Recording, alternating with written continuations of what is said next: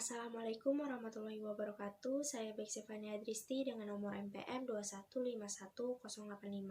Di sini saya akan menyampaikan pemahaman saya dari materi 1 sampai materi 6 tentang mata kuliah Sosiologi Hukum dengan dosen penguji saya, Miss Win Sherlitan, SH.MH. Hal yang pertama yang akan saya bahas yaitu tentang sosiologi. Nah, mempelajari tentang sosiologi ini pasti tidak jauh-jauh mengenai tentang masyarakat atau manusianya. Nah, mengapa ada hukum? Sebenarnya sosiologi hukum ini memberi makna bahwa antara hukum dan masyarakat itu tidak dapat dipisahkan. Hukum itu dibentuk untuk melindungi dan memenuhi kebutuhan masyarakat. Nah, sebaliknya, perilaku masyarakat yang cenderung berubah-ubah ini akan mempengaruhi perkembangan hukum yang ada, sehingga antara hukum dan masyarakat itu sangat erat sekali kaitannya. Sosiologi dapat diartikan sebagai ilmu yang mempelajari tentang hidup bersama atau cara berinteraksi antar sesama dengan terciptanya hubungan timbal balik sesuai dengan fungsinya masing-masing. Nah, sedangkan hukum sendiri itu memiliki definisi yaitu ketentuan-ketentuan yang menjadi peraturan yang hidup dalam suatu masyarakat yang bersifat memikat, mengendalikan, mengatur, memaksa, atau ketentuan-ketentuan lainnya yang apabila dilanggar akan diancam dengan sanksi. Menurut Sujono Sukanto yang merupakan ahli hukum yaitu teori efektivitasnya, pengertian sosiologi yaitu ilmu pengetahuan yang bersifat sosial, bukan ilmu pengetahuan alam, bersifat kategoris bukan normatis, murni bukan terapan, abstrak bukan konkret, bertujuan untuk menghasilkan pengertian bukan pola-pola umum, empiris dan rasional, bersifat umum dan bukan khusus. Sosiologi itu bersifat kumulatif dan etis. Kumulatif ini yang dimaksud yaitu memperbaiki, memperluas, memperhalus teori-teori yang lama. Sedangkan etis yaitu hal yang dipersoalkan itu bukan baik buruknya suatu fakta, tetapi menjelaskan fakta secara analitis. Nah, selanjutnya itu metode sosiologi. Metode sosiologi ini digunakan terhadap bahan yang sukar diukur dengan angka-angka atau ukuran lain yang bersifat eksak. Nah, metode sosiologi ini dibagi lagi menjadi dua, yaitu induktif dan deduktif. Induktif ini mempelajari suatu gejala secara khusus untuk mendapatkan kaidah yang umum, sedangkan deduktif itu kebalikannya, yaitu mempelajari suatu gejala yang umum untuk mendapatkan kaidah yang khusus. Nah, selanjutnya ada juga yang namanya empiris, rasionalistis, dan fungsionalis. Nah, empiris ini yaitu berdasarkan keadaan nyata dalam suatu masyarakat, sedangkan rasionalistis yaitu menggunakan pikiran logis untuk mengerti masalah-masalah dalam masyarakat. Nah, selanjutnya itu fungsionalis. Fungsionalis itu bertujuan untuk meneliti manfaat lembaga-lembaga dan struktur sosial dalam masyarakat. Nah, sekarang saya akan menjelaskan tentang interaksi sosial sesuai pemahaman saya. Nah, yang pertama yaitu interaksi sosial. Nah, interaksi sosial itu merupakan proses saling mempengaruhi dalam suatu hubungan timbal balik antar individu dengan individu, individu dengan kelompok, dan suatu kelompok dengan kelompok lain. Nah, interaksi sosial juga dapat diartikan sebagai proses orang-orang dalam berkomunikasi dan proses saling mempengaruhi dalam pikiran dan tindakan. Nah, interaksi sosial ini bisa terjadi karena adanya kontak sosial dan komunikasi. Nah, ada 6 faktor pendorong interaksi sosial. Yang pertama yaitu sugesti. Sugesti itu merupakan rangsangan atau pengaruh dari seseorang agar seseorang mau mengikuti pengaruh tersebut tanpa memikirkan secara rasional. Nah, yang kedua yaitu imitasi. Imitasi yaitu meniru gaya, meniru kepribadian, meniru ciri khas orang lain yang bersifat sementara dan sebagian orang saja.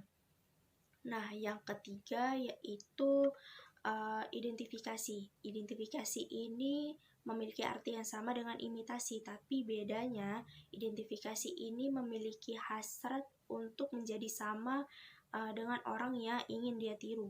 Misalnya, kita mengidolakan suatu artis. Nah, kita jadi cenderung menjadi ingin sama seperti dia. Contohnya sampai ingin operasi plastik agar memiliki wajah yang sama seperti dia. Nah, itu contoh dari identifikasi dan ini bersifat relatif lama. Nah, yang selanjutnya yaitu simpati. Simpati itu merasakan apa yang orang lain rasakan, tetapi tidak diwujudkan dengan tindakan. Nah, misalnya kita menonton televisi, lalu kita melihat berita bencana alam. Nah, kita merasa kasihan, kita merasa iba, tapi kita tidak terjun langsung untuk membantu mereka atau melakukan sesuatu agar mereka terbantu. Nah, berbeda dengan empati. Empati ini memiliki arti yang sama dengan simpati, tetapi empati ini mewujudkannya dengan tindakan yang bermanfaat, seperti ya misalnya kita melihat bencana alam tadi dan kita melakukan penggalangan dana atau melakukan suatu kegiatan agar orang yang terkena bencana alam tersebut menjadi terbantu. Nah, selanjutnya yaitu motivasi. Nah, motivasi ini memiliki arti yang sama dengan sugesti, tetapi bedanya motivasi ini melibatkan rasio atau memikirkan jangka panjang atau memikirkan manfaat dari pengaruh tersebut. Nah, motivasi ini memiliki arti yaitu adanya dorongan untuk melakukan hal yang lebih baik melalui rangsangan atau pengaruh yang diberikan seseorang tersebut. Nah, selanjutnya itu syarat interaksi sosial. Nah, interaksi sosial ini akan terjadi apabila pihak interaksi akan melakukan yang pertama, kontak sosial. Nah, kontak sosial ini bersifat positif, negatif, primer, dan sekunder. Bersifat positif apabila ada terjadi kerjasama. Nah, bersifat negatif apabila terjadi perselisihan atau pertentangan. Nah, primer terjadi apabila mengadakan hubungan langsung bertemu. Nah, sekunder itu sebaliknya. Nah, untuk selanjutnya yaitu komunikasi. Nah, komunikasi itu bisa secara langsung dan tidak langsung.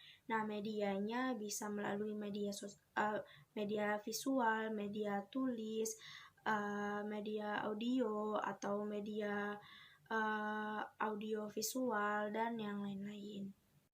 Interaksi yang kita alami pasti menimbulkan reaksi, akan mengalami perubahan, perkembangan, dan pembentukan pribadi kita. Nah, selanjutnya saya akan membahas tentang kelompok sosial. Manusia merupakan kelompok sosial. Kelompok sosial adalah himpunan atau kesatuan-kesatuan manusia yang hidup bersama dengan syarat. Sejipto Harjo menyatakan ada dua pokok keinginan atau hasrat manusia sejak dilahirkan, yaitu yang pertama, keinginan untuk menjadi satu dengan manusia lain. Yang kedua, yaitu keinginan untuk menjadi satu dengan alam sekitarnya. Nah, manusia itu menggunakan pikiran, perasaan atas kehendaknya. Contohnya, apabila seseorang menghadapi udara dingin, maka manusia akan menciptakan rumah, pakaian, dan penghangat ruangan. Nah, contoh yang kedua yaitu apabila alam di sekitarnya itu hutan, maka ia akan mencari makan dengan cara berburu. Nah, apabila alam sekitarnya laut, maka mereka akan menjadi nelayan. Nah, jadi manusia itu membutuhkan orang lain untuk memberikan reaksi atas tindakannya. Nah, dari reaksi tersebutlah yang akan menjadi dorongan untuk berkembangnya orang. Nah, tanpa adanya orang lain tersebut, maka perkembangan jiwa seseorang itu akan terganggu. Nah, materi yang terakhir yang akan saya bahas yaitu materi masyarakat dan kebudayaan. Nah, masyarakat adalah kelompok manusia yang hidup bersama dan menghasilkan kebudayaan. Dengan demikian, tidak ada manusia yang tidak memiliki kebudayaan. Sebaliknya, tidak ada kebudayaan tanpa adanya masyarakat sebagai wadah dan pendukung yang mempunyai timbal balik antara kebudayaan dengan masyarakat itu. Jadi, masyarakat itu menghasilkan kebudayaan, sedangkan kebudayaan menentukan corak masyarakatnya. Jadi, antara manusia dengan kebudayaan itu memiliki hubungan yang sangat erat yang tidak dapat dipisahkan. Nah, selanjutnya itu ada unsur umum kebudayaan. Nah, yang mencakup dari unsur umum kebudayaan ini ada peralatan dan perlengkapan hidup manusia, ada mata pencaharian hidup dan sistem-sistem ekonomi, ada sistem masyarakat, ada bahasa, kesenian, ada sistem pengetahuan dan kepercayaan. Dan fungsi kebudayaan bagi masyarakat itu sendiri yaitu untuk melindungi diri terhadap alam dan untuk mengatur hubungan manusia sebagai wadah segenap perasaan manusia. Sekian pembahasan dan penjelasan materi dari saya. Mohon maaf apabila masih banyak kekurangan dan kesalahan. Mohon dimaafkan. Wabillahi taufiq wal hidayah. Wassalamualaikum warahmatullahi wabarakatuh.